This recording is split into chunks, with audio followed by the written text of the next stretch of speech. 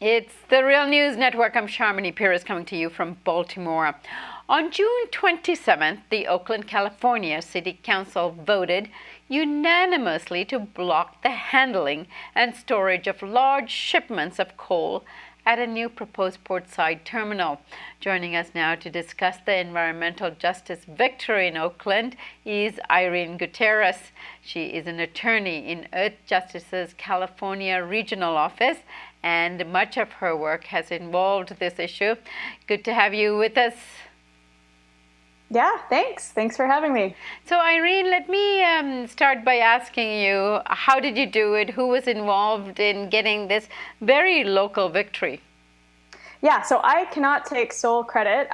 The legal team was just one part of the puzzle in making this happen. So I'm with Earthjustice, which is an impact litigation organization that focuses on doing environmental work. And we worked in partnership with groups like the Sierra Club, which also does high impact work and organizes a lot in fighting coal port development and other types of practices involving coal extraction. And we worked very closely and relied a lot on the blood, sweat, and tears of local groups throughout Oakland. So groups like the Asian Pacific Environmental Network, San Francisco Baykeeper, the West Oakland Environmental Indicators Project, No Coal in Oakland, as well as labor groups like the SEIU, ILWU, and faith leaders, and frankly, just concerned citizens who didn't want this project in their backyard. And so it was really this, I think, this great example of a broad coalition of folks coming together to work on a problem that affected their community.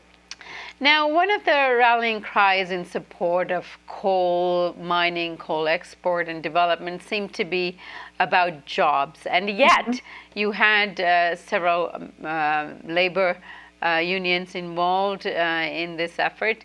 Tell us more about that, because when you even look at the Democratic Party Platform Committee and the struggle that's going on about, in this case, fracking and other environmental issues, jobs seems to be a big issue on the line. Yeah, of course. And I'm certainly sympathetic towards the need for folks to have good jobs and to be able to put food on the table. But I think that that's precisely what the folks in the labor movement who oppose the coal project care about. They want to make sure that they have good, healthy jobs and not jobs that are going to lead to their developing respiratory illnesses or furthering respiratory illnesses in the population.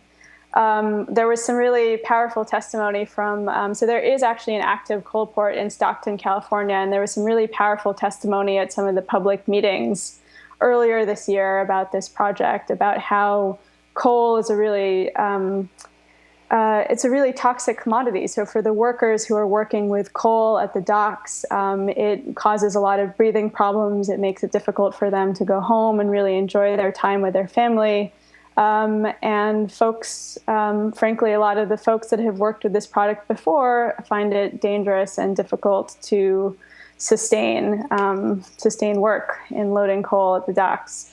Now, one of your efforts was really to write a letter to the U.S. Department of Justice and the Department of the Interior about a developer receiving $53 million for the project from Utah coal mining interests and so forth. Tell us more about that.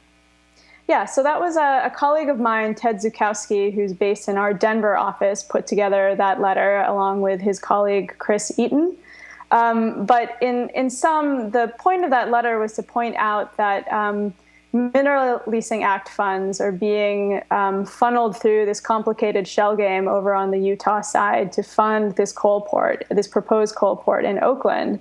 And that is not the correct use of those funds. So the Mineral Leasing Act is an act which was in part set up so that when mining occurs in places like Utah, there is a tax levied on that activity, and the funds then get collected and ultimately should be redirected to help communities that have been affected by the mining industry. So the proper use of those funds would be to help remediate Utah communities that have been hit by the mining industry, not to send them out of state and use them for a project which would continue to perpetuate mining in Utah and continue to perpetuate the ills associated with coal mining in Utah. Irene, I thank you for joining us today, and also want to congratulate you on the success of all of this, and look forward to hearing from you again. Sounds great. Yeah, thank you for chatting. And thank you for joining us on the Real News Network.